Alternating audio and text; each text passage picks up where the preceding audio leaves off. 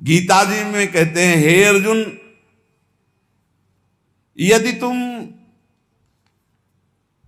ज्ञान को प्राप्त हो जाओ तो तुम्हारे सारे के सारे जन्म जन्मांतर के पाप नष्ट हो जाएंगे। अपि चेदसि पापेभ्या सर्वेभ्या पाप कृतमः सर्वम ज्ञान प्लवेनैव ब्रजिनम संतिष्यसि। अगर तू सब पापियों में भी अधिक पापी है तो भी तू ज्ञान के द्वारा निसंदेह संपूर्ण पाप समुद्र से अच्छी तरह तर जाएगा, पक्की बात है।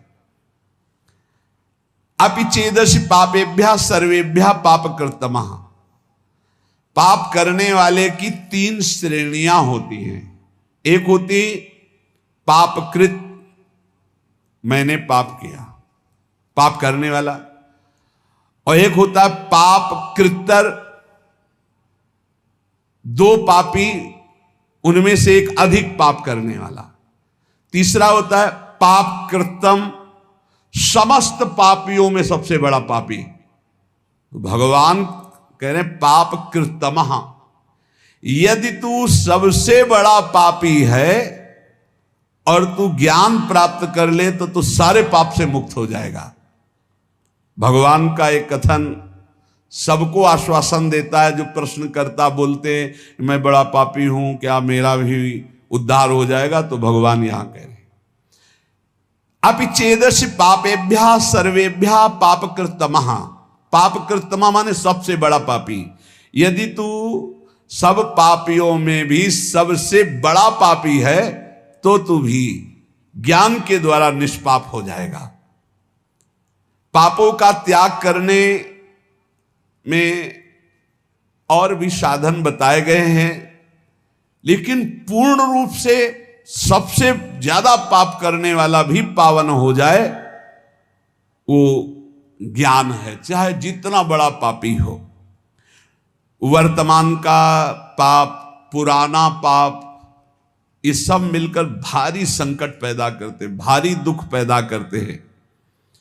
पुराने पाप बाधा रूप में आते हैं, वर्तमान का पाप जलन, डिप्रेशन, विक्षेप ये तत्काल देते हैं।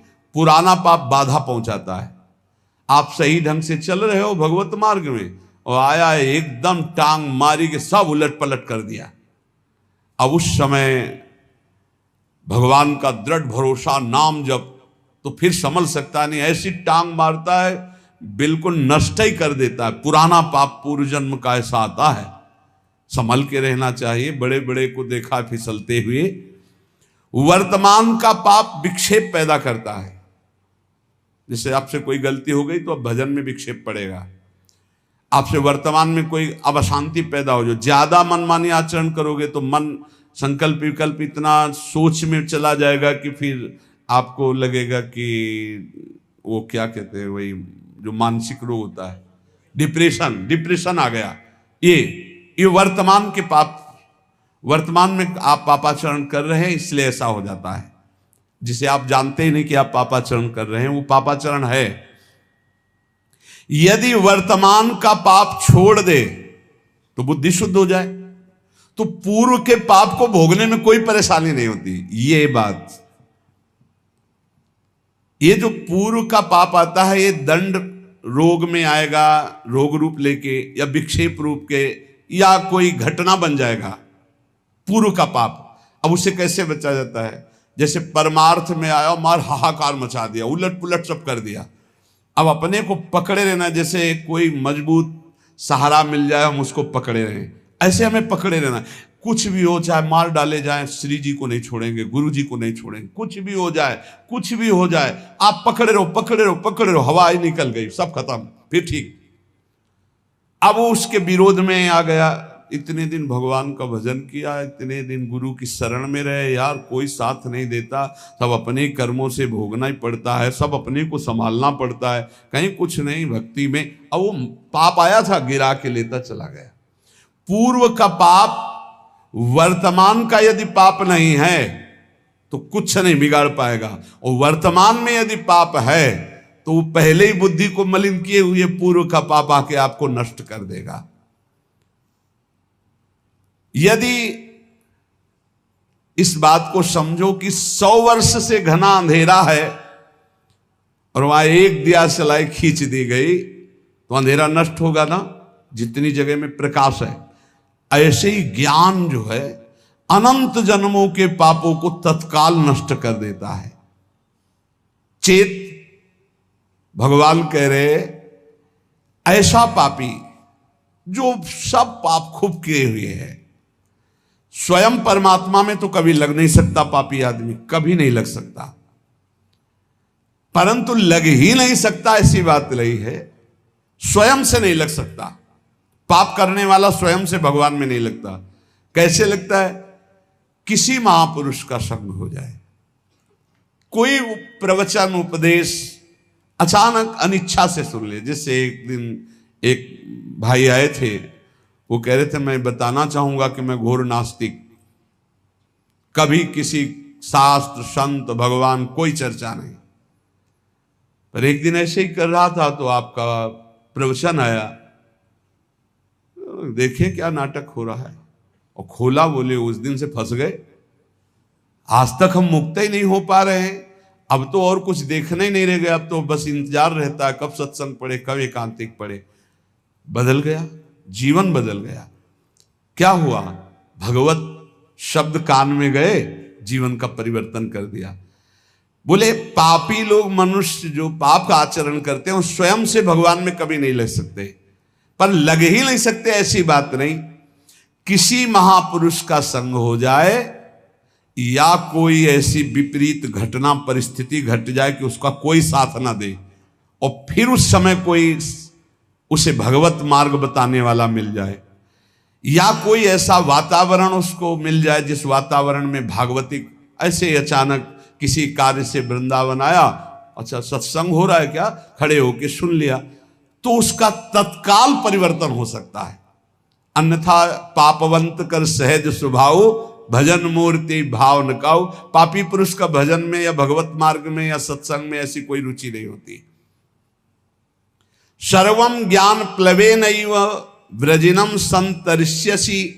भगवान कह रहे हैं कि बहुत पाप किए हैं, लेकिन सदगुरु की शरण में बैठ गया और गुरु ने बताया कि देख, जितने कर्म होते हैं वो सब शरीर से होते हैं। शरीर से कर्म करने का जो वेग होता है वो अंतःकरण से होता है। अंतःकरण 3 गुणों से प्रभावित होता है, रजोगुण तमोगुण आदि। उन्हीं गुणों के प्रभाव से अंतःकरण में प्रेरणा संकल्प विकल्प बनते, अंतःकरण से प्रेरित होकर शरीर से पाप बनते हैं। तू तो दृष्टा मात्र है, तेरे से कोई कर्म नहीं हुआ, तू शुद्ध बुद्ध आत्मस्वरूप है, ना तू कभी बंधा था ना कभी। ओ बात उसके बैठ गई। मूला भावे कुतः शाखा, मूल से ही काट दिया कि तू करता ही नहीं है। जे ही गुरुजनों ने ऐसा उपदेश किया तो स्वतः सिद्ध ज्ञान स्वरूप जीवात्मा है, जो भगवान का अंश है वो ज्ञान स्वरूप है। जे ही उसको ये ज्ञान हुआ कि अरे मैं तो बड़ा भ्रम से फंसा हुआ था, अब तो शरीर से पाप होने नहीं देंगे और अंतःकरण में कोई पाप संकल्प बनने नहीं देंगे, क्योंकि अभी तक मैं समझ रहा था कि मैं ही करता हूं। अरे ये तो अंतःकरण गुणों से प्रभावित होकर गुणानुगुण वर्तन्ते मनुष्या पार्थ सर्वसा। अब नहीं, अब इस नौका में कोई छेद नहीं, ज्ञान रूपी नौका में बैठ गया। गुरु रूपी खवैया ने ऐसा डांड मारी कि भंवर से नैया पार हो गई। एक भी उसे पाप का फल नहीं भोगना पड़ेगा। ये ज्ञान का बहुत, मैं शुद्ध बुद्ध आत्मा स्वरूप हूं, ये जहां बोध हुआ। पर इसके लिए बस ये कि कोई घटना घटे उसके जीवन में, किसी संत की शरण में आ जाए या कोई सत्संग का ऐसा मिले जिसके आकर्षण होकर संत की शरण, बिना किसी महापुरुष के शरण में हुए ये ज्ञान तो हो ही नहीं सकता। और अगर ज्ञान हो जाए तो भगवान कह रहे हैं अपि चेदसि पापेभ्यः सर्वेभ्यः पापकृतमः सर्वं ज्ञान प्लवे नैव व्रजिनम संतरिष्यति। वास्तविक आप सच्ची मानिए, पाप कैसे नष्ट हो जाते हैं? जैसे स्वप्न में हमने 500 कत्ल किए, तो जब जगे तो ना भागवतिक पाप लगेगा और ना भारतीय संविधान में दंड दिया जाएगा कि स्वप्न में तुमने 500 कत्ल किए, चलो तुम्हें फांसी की सजा होगी। कभी ऐसा नहीं हो सकता। ऐसे ही उमा का हूं मैं अनुभव अपना, सत हरि भजन जगत सब सपना। जब ज्ञान हो जाता है तो जैसे स्वप्न का कहीं भी दंड नहीं मिलता, ऐसे ही जागृत अवस्था का किया हुआ कुछ भी कर्म उसको बंधन में नहीं डाल सकता, सब भस्म हो जाते हैं। भगवान की जो भक्ति है, इन्हीं के पुत्र का नाम ज्ञान है। ज्ञान वैराग्य भक्ति के पुत्र है ना। शुद्ध ज्ञान होता है भगवान के चरणों से चित्त जोड़ने से, नाम जप करने से। अगर भगवान का भजन ना हो तो शुद्ध ज्ञान नहीं हो सकता। आगे भगवान कह रहे, यथैधांसि समिद्धोग्निर भस्मसात् कुरुते अर्जुन, ज्ञानाग्नि सर्वकर्माणि भस्मसात् कुरुते तथा। हे अर्जुन, जैसे प्रज्वलित अग्नि ईंधनों को सर्वथा भस्म कर देती है, ऐसे ही ज्ञान रूपी अग्नि संपूर्ण कर्मों को सर्वथा भस्म कर देता है। ध्यान रहे, चालबाजी से नहीं होता है। चालबाजी से मैं शुद्ध ब्रह्म हूं, मैंने पाप नहीं किया, मैं तो दृष्टा मात्र हूं, शरीर नहीं हूं, ठीक है, बढ़िया। अब बीच बाजार में थप्पड़ियाए जाओगे, बुरा नहीं लगना चाहिए, तुम शरीर नहीं हो, तुम शुद्ध बुद्ध आत्मा हो, पिटाई तो शरीर की हुई, नहीं बुरा लगा ना, पाप नष्ट हो जाएंगे तुम्हारे। रबड़ी रसगुल्ला खाओ तुम और पाप नहीं, मैं तो दृष्टा मात्र हूं, तो ठीक है, तुम्हारा अपमान भी होगा, तब दृष्टा मात्र रहना। शुद्ध ज्ञान हो जाए तभी पाप नष्ट होगा, बाणी वाले ज्ञान से पाप नष्ट नहीं होता, ध्यान रखना। भगवान कह रहे नहीं होता है ऐसे ज्ञानी, बहुत विचित्र ज्ञान होता है, बहुत अलग अलग ज्ञान होते हैं, हमने देखा है इसको। बहुत ज्ञान भी विविध प्रकार, गुरु के चरणों के आश्रय से जो ज्ञान होता है, भगवान के भजन से जो ज्ञान होता है, वही शुद्ध ज्ञान होता है। नहीं, ज्ञान भी फंसा देता है, ज्ञान भी फंसा देता है, वो आप लोग जल्दी नहीं समझ पाएंगे, ज्ञान भी फंसा देता है। जब फंसने का नंबर आता है तब वो दृष्टा रहते हैं, और जब भोगने का नंबर आता है तो भोगता रहते हैं। तो चतुर शिरोमणि भगवान से नहीं बच पाओगे, फिर वो भी भोगना पड़ेगा। अवश्य में भोक्तव्यम कृतम कर्म शुभाशुभम। यथै धांसी समिध्योग्निर्भस्मसात् कुरुते अर्जुन, ज्ञानाग्नि सर्वकर्माणि भस्मसात् कुरुते तथा। परम सत्य बात, अर्जुन जैसे प्रज्वलित अग्नि ईंधन को सर्वथा भस्म कर देती है, ऐसे ज्ञानाग्नि संपूर्ण कर्मों को भस्म कर देती है।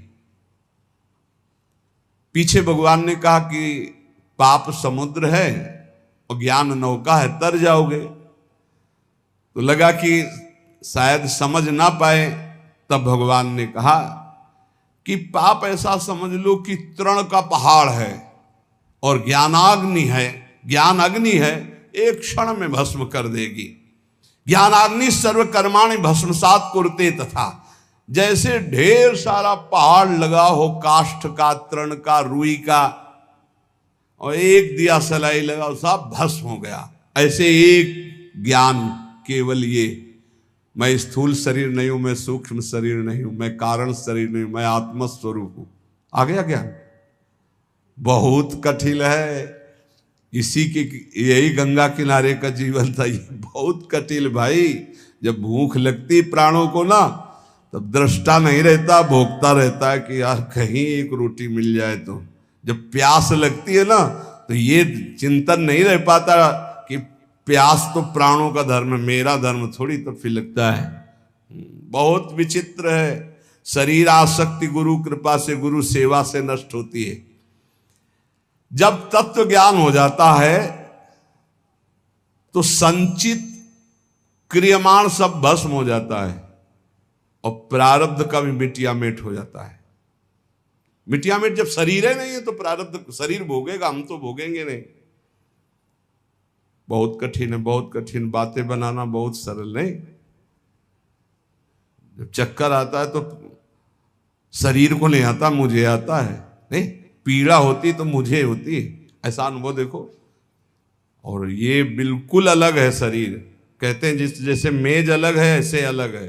देखो अभी कहा था ना, जैसे बेटा तू सवारी में बैठा है तो तू सवारी थोड़ी हो गया। तो सवारी अलग है, हम अलग है। ऐसे शरीर अलग है, हम अलग है। पर सवारी को और शरीर को जब देखो तो बहुत अंतराय नजर आता है।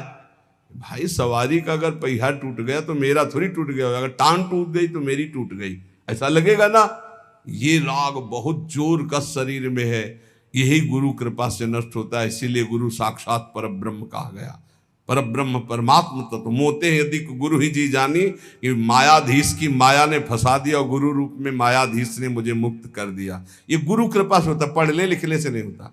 अपने आप से अपने आप का बोध होता है, ये किसी करण से नहीं होता। ये तत्व बोध हो किसी करण से नहीं होता कि बुद्धि से हुआ, मन से हुआ, चित्त से हो, नहीं। ये करण निरपेक्ष ज्ञान है, वो गुरु कृपा से होता है। अब ये प्रसंग चल रहा है इसलिए चर्चा चल रही। तत्व ज्ञान रूपी अग्नि संचित को, क्रियमाण को, दोनों को भस्म कर देती है, प्रारब्ध का मिटिया मेट कर देती है। अग्नि में काष्ठ अत्यंत तीव्र गति से भस्म होता है। अग्नि सूखा काष्ठ हो तो ऐसे पाप का पहाड़ लगा है, ज्ञान के द्वारा नष्ट। जैसे जैसे आपका भजन बढ़ेगा वैसे वैसे तुम्हारी अरुचि होती जाएगी, संसार से भी, शरीर से भी। शरीर भी प्यारा नहीं, खान पान सोना जागने सब कड़ुआ लगने लगेगा।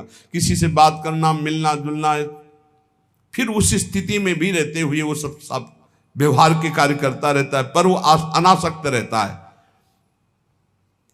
अपने शरीर से, संपूर्ण संसार से संबंध विच्छेद हो जाता है ज्ञान के द्वारा। अंदर ही संबंध विच्छेद होते ही वो अपने को ब्रह्म स्वरूप देखता है अपने आप से। अब ये कैसे समझ में आएगा? भजन करो तब अपने आप से ब्रह्म स्वरूप। जैसे एक भाई कह रहे थे कि अब हम जान गए आपको। भाई जान गए? हमें जान गए? नहीं नहीं नहीं नहीं, अपने को जान गए। भाई तुम अपने को जान गए? बोले नहीं। तो हम कहा क्या जान गए? तो पता नहीं। ये आजकल जो ज्ञान पढ़ लिया जाता है ना, और जब आंख में आंख डाल करके बात करो ना, मिला के एकदम, तब फिर वो जान गए आप। नहीं, वो अपने आप सत्य निकलेगा। उस समय जैसे नहीं होता किसी को वशीकरण कर ले, फिर वही बोलेगा जो स्थिति है इसके। वो एक इंजेक्शन लगाया जाता है जिससे सत्य बुलवाया जाता है। वो एक क्रिया होती जो सत्य बुलवाया जाता है, वो ऐसे लगा करके वैसे पूछा जाता है तो वो वही बोलता है जो उसके अंदर चलता रहता है सत्य। वो नारकोटिक है, ऐसे कुछ होता है। हाँ, ऐसे अपने यहाँ भी होता है। जब गुरुजन आंख में आंख डालते हैं तो परम पद कोटि बोले, नारकोटिक है, नरक वाली बात का है। वो अपने आप वही बोलेगा जो स्थिति है। अन्यथा ऐसे नहीं कह देगा हाँ, अगर हाँ है तो हाँ बोलेगा, नहीं नेत्र में नेत्र मिला के जब बात की आप ऐसा नहीं, अगर हाँ तो फिर स्वीकृति हो जाएगी हाँ है। क्रिया प्रकृति के द्वारा हो रही ज्ञान का विषय है, मैं करता नहीं हूं। भला कुछ समझ में आ रहा है ये बात? चूंकि काशी वाली ये चर्चा है इसलिए वृंदावन में तो समझ में नहीं आएगी। यहाँ यही समझ में आएगी, नाम जप करो, खूब नाम गुण कीर्तन करो, प्रभु का चक्र प्रसाद पाओ, ब्याज भरोसे कुंवर के सोवत पाओ। समझ में आ गई ये समझ में आ जाएगी। भगवान कह रहे हैं, इसलिए थोड़ा सुन लेते हैं। भगवान कह रहे हैं जितनी क्रियाएं हैं वो सब प्रकृति से हो रही, वास्तविक सब प्रकृति से हो रही हैं। अपने स्वरूप से क्रिया कोई भी नहीं, स्वरूप निष्क्रिय है। सुन लो, बढ़िया बातें हैं। नाड़ियों में जैसे रक्त प्रवाह हो रहा तो स्वाभाविक हो रहा है। शरीर जब बालक था जवान बना तो स्वाभाविक बना, तुम थोड़े थे। नस नाड़ियों में रक्त प्रवाह तुम कर रहे हो क्या? बालक अवस्था से जवानी अवस्था में शरीर गया तो तुमने किया क्या? किस तारीख को तुमने जवान बनाया शरीर को? नहीं। एक भगत जी आए थे, बोले एक लड़का हमारा भगवान का भगत है, और ऐसे कहते जा रहे थे। समाज कहती कैसा लड़का आपने पैदा किया, ऐसा वो बोल रहे। तो हमका भगवान कोई आपके पास ऐसा मसाला नहीं था कि आप ऐसे पैदा कर दे, आप ऐसा मत बोलिए। भगवान की कृपा से वो भजनानंदी जीवात्मा आपके यहाँ पुत्र रूप में आया।